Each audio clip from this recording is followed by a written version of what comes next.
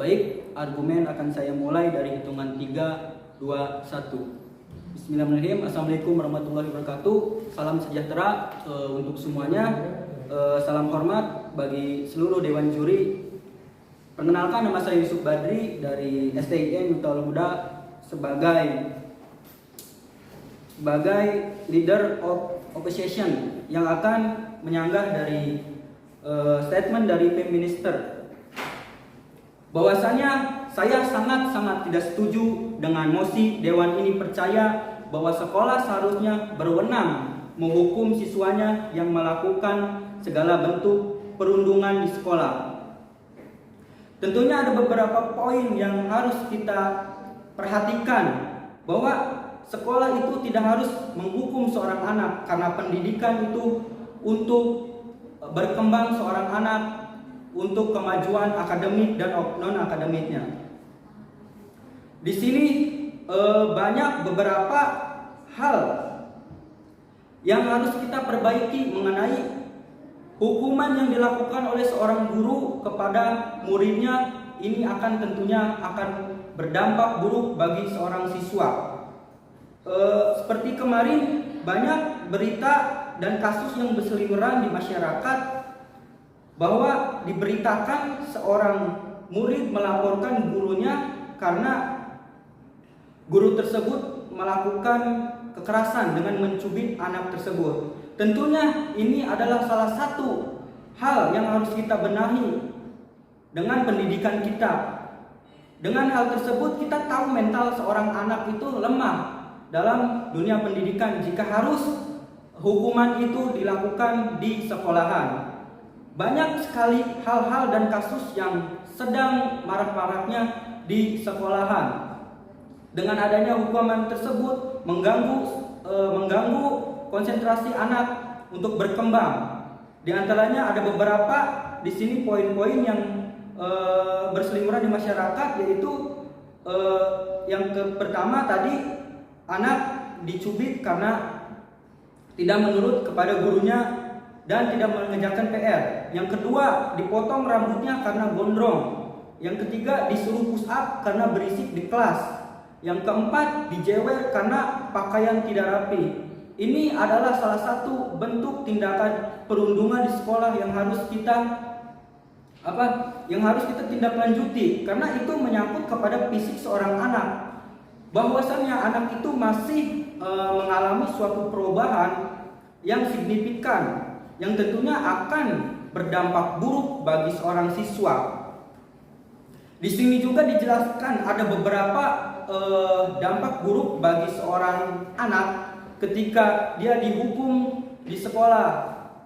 Yang pertama, merasa tidak berharga dan dicintai. Yang kedua, ketakutan dan gelisah. Yang ketiga, menganggap menyakiti orang lain hal yang wajar. Ini adalah beberapa hal dampak buruk jika sekolah melakukan hukuman kepada siswanya, atau bahkan menghukum kekerasan berbentuk fisik kepada seorang siswa. Itu akan sangat berdampak buruk dan tentunya akan mengganggu pendidikan kita ke depannya. Jadi dari beberapa poin tersebut, yang pertama tadi saya katakan, seorang anak akan berdampak buruk. Poin pertama, dia merasa tidak berharga dan dicintai. Ini sangat jelas ketika seorang anak dihukum atas kesalahan yang dia tidak tahu apa kesalahannya, dan dia merasa bahwa seorang anak itu belum tahu mana yang salah, mana yang benar, sehingga anak akan merasa dia tidak berharga ketika dihukum, dan dia merasa saya tidak dicintai, atau dia merasa dirinya tidak dicintai karena dihukum di sekolahannya. Yang kedua, ketakutan, gelisah. Seorang anak akan merasakan ketakutan dan gelisah ketika dihukum di sekolahnya dengan bentuk fisik gitu ya, seperti yang tadi dipotong rambutnya, disuruh push up, bahkan dijewer dan dicubit. Ini akan membuat mental seorang anak atau kejiwaan seorang anak akan merasakan ketakutan dan gelisah. Terus yang ketiga, menganggap menyakiti orang lain hal yang wajar. Nah, ini bahwasannya benar ada istilah guru itu digugu dan ditiru. Karena sudah jelas ketika seorang guru melakukan hukuman berbentuk fisik kepada seorang anak, kepada seorang siswa, tentunya hal tersebut itu akan ditiru oleh seorang siswa. Guru mengajar di sekolah belum tentu siswa bisa mengerti, tetapi ketika guru melakukan suatu contoh dengan suatu kekerasan, dengan menyakiti, dengan menghukum seorang anak dengan kekerasan, tentunya itu akan menjadi suatu contoh bagi siswa tersebut untuk menyakiti orang lain karena sudah dicontohi oleh seorang guru. Jadi mereka itu akan menganggap menyakiti seorang itu hal yang wajar. Tentu ini akan sangat merugikan kita. Kalau pendidikan kita akan rusak seperti ini ketika kasus ini tidak ditindaklanjuti. Karena ini akan berdampak buruk ke depannya ketika generasi-generasi kita generasi-generasi kita merasa tidak berharga diri, tidak mempunyai harga diri, tidak dicintai, merasa ketakutan, gelisah, dan bahwa menyakiti orang lain itu akan bisa membuat dia senang dan membuat hal yang wajar gitu. Tentunya ini akan merugikan kita ke depannya. Jadi di sini saya akan memberikan suatu poin-poin solusi. Seharusnya tindakan hukuman itu tidak dilakukan karena tidak boleh ada istilah menghukum di dalam pendidikan. Dalam pendidikan tidak boleh ada istilah menggunakan kata menghukum, apalagi dengan kekerasan fisik ya. Di sini masih ada istilah yang lebih baik daripada menghukum seorang siswa. Masih ada istilah seperti memberi konsekuensi kepada siswa tersebut yang melakukan kesalahan. Dari beberapa fakta yang terjadi, ada suatu konsep konsekuensi. Ini sudah berhasil dilakukan oleh negara lain seperti negara di Selandia Baru.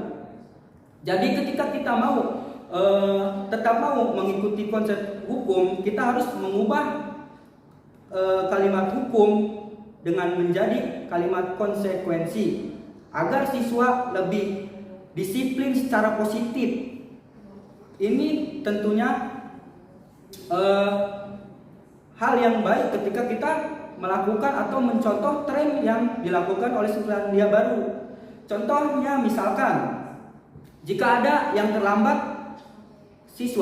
siswa yang terlambat ke sekolah, kita akan memberikannya konsekuensi dengan cara dia akan pulang lebih terlambat dari siswa lainnya atau pulang lebih lama. Tentunya ini akan menjadi hal positif bagi siswa ketika tidak dihukum, melainkan dengan konsekuensi. Ada lagi siswa yang jadi di sini juga dijelaskan bahwa sejatinya siswa yang masih anak-anak belum memahami konsep benar atau salah atas apa yang diperbuatnya. Jadi lebih alangkah baiknya hukuman tersebut diganti dengan konsekuensi yang sudah diterapkan oleh Selandia Baru. Terakhir, jadi dari setiap semestinya anak itu, jadi kesimpulannya saya sangat tidak setuju dengan dewan ini percaya bahwa sekolah seharusnya berwenang menghukum siswanya yang menghukum segala bentuk perundungan di sekolah. Karena anak itu harusnya tidak dihukum melainkan dibimbing dengan pemahaman mengenai konsekuensi. Terima kasih.